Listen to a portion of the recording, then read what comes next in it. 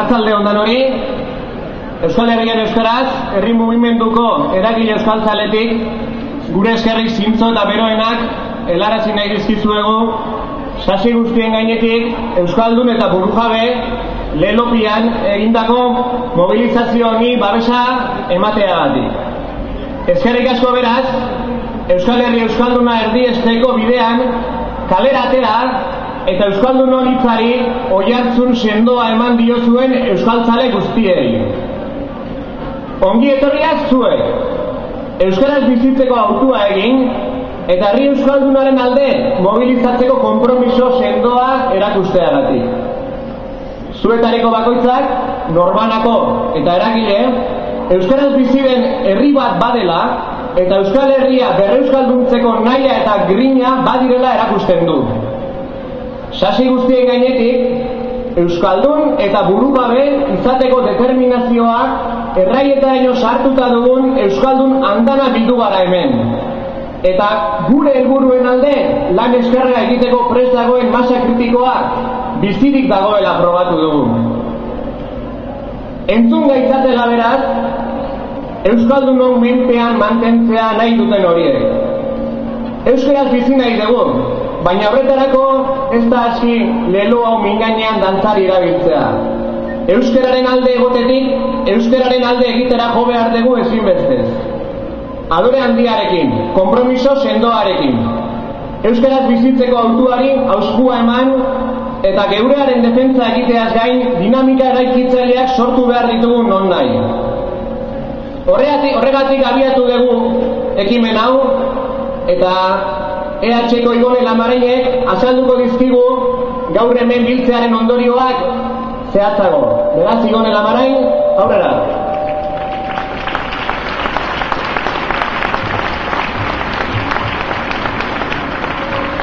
Arratzalde on danori, sasi guztien gainetik euskaldun eta burujabe. Hauek dira gaurkoan hemen bildu gaituzten ideiak. Eta zergatik diogu euskaldun eta burujabe izan behar garela. Zergatik diogu euskaldunok sasi artetik urtetzeko garaia dela. Euskaldunok mendiak daraiago zelako herri hau asimilatzeko helburua daken estrategiak pairatzen. Estrategia guzti horien muinean hizkuntza ordezkapena egonda eta hizkuntza ordezkapena dago oraindik ere estrategiak bere horretan jarraitzen dabelako. Horregatik gaztelera eta frantsesa dira nagusi Euskal Herri osoan eta euskara eta euskaldunok benpekoa gara gure herrian bertan. Euskaldunok euskaraz bizi nahi eta ezin dugu. Iritsi da horregatik iritsi da euskararen afera, herri euskaldunaren afera agenda politikoaren erdigunean kokatzeko garaia. Euskal Herriak bizi duen gatazkaren muinean hizkuntza gatazka bera dagoelako. Euskaraz bizi nahi dugulako eta ezin dugunean gatazka bera bizi dugulako euskaldunok. Badakigu, edozein hizkuntza komunitatek nagusi izango daben lurraldea behar duela eta horregatik ezinbesteko garrantzia dakala lurraldea bera askatzea. Baina lurraldea askatzeko prozesu horretan herri euskalduna kokatu behar dugu erdigunean. Lurralde askatzea bera, herri euskalduna askatzeko tresna moduan ulertu behar dugulako. Gu garalako, euskalduna garalako eta herri hau dalako askatu behar duguna. Baina ezin gaitezke askatzeko zain egon. Ezin gaitezke lurralde askatzeko zain egon. Bitartean bideare egin behar dugu. Eta zelan egin behar dugu bide hori. Batetik, aipatu duten asimilazio prozesu horrek herri honengan, gutako bakoitzarengan izan duen eragina onartu behar dugu. Kontzienteki edo inkontzienteki gure eguneroko hizkuntza praktika sumisoa bilakatu dalako. Eta hau gainditzeko praktika burujabearen aldeko hautua egin behar dugu. Euskaraz bizitzeko hautua egin behar dugu guztiok. Norbanako bakoitzak, euskaldun bakoitzak euskaraz bizitzeko hautua egin behar du. Baina horretarako herri honek euskaraz bizi nahi duela erabaki behar du ezinbestez. Eta guztiok euskaldun izatearen harrotasuna eguneroko praktikaren erdigunean kokatzen badugu, herri euskalduna bera ere nabarmentzea lortuko dugu. Eta bestetik, herriari dagokion aldaketa daukagu. Herri honetan euskara lehentasunezko izan behar da. Euskarak lehentasunezko estatusa behar du Euskal Herri osoan. Lehentasunezko estatus hori legeri eta prestigioren bitartez lortu behar dugu. Euskara ezagutu beharrekoa izan behar da Euskal Herri osoan, eta funtzio guztietarako beharrezkoa eta ezinbestekoa izendatu behar dugu. Baina badakigu, aipatu ditudan aldaketa hauek ez dauzela gure esku. Frantziar eta Espainiar konstituzioen horretarako aukerarik ematen ez dutelako. Horregaitzik, Euskal Herriak burujabetza behar du. Herri honek menpeko izateari laga behar dio bidea, herri euskaldunaren bidea bertatik eta bertara einal izateko.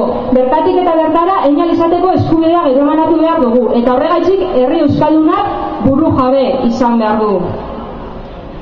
Baina guri badagokigu, lehen esan dute moduan, euskaldun eta burujabe izateko bidea egitea. Baina guri badagokigu bide horretan eragitea ere. Gu geuk euskaldunok protagonistak izan behar gara bide horretan. Eta gu geuk eragin behar ditugu aldaketak. Gu izan behar gara aktibo herri euskaldunaren bidean.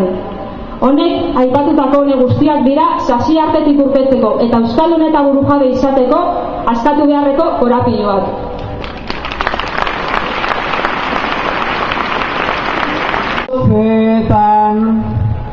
Iraganari begira edo falta denaren lotxetan, lau urtez behingo promesa faltsu ta ikuspegi motzetan, biziko bada bizi behar du euskaldunon ahotsetan, ta bere alde lan egin duten herritarren bihotzetan, ta bere alde lan egin duten herritarren bihotzetan.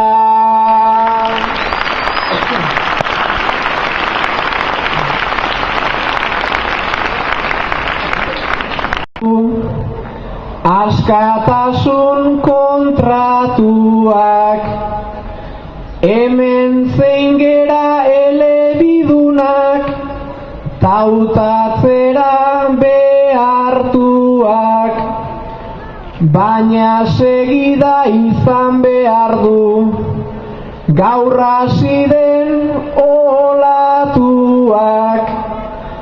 Gaindi ditzagun aurre iritzi konplexuta estatuak, argi berri bat piztu dezan gaur lainopean eskatuak,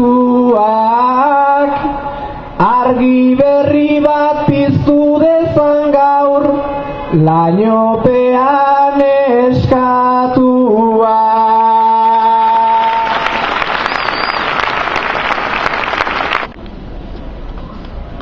Gaurkoan, ez gara etorri bakarrik, sasi guztien gainetik euskaldun eta burujabe izan nahi dugula aldarrikatzera.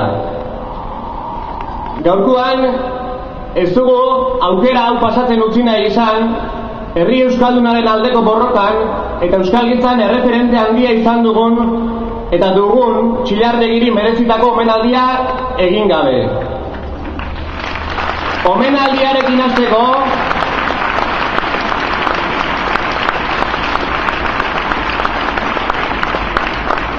Omenaldiarekin hasteko, Jose Agustín Arrietak hitz batzuk eskaini nahi dizkio Jose Luis Álvarez enparantzari. Aurrera, Jose Luis.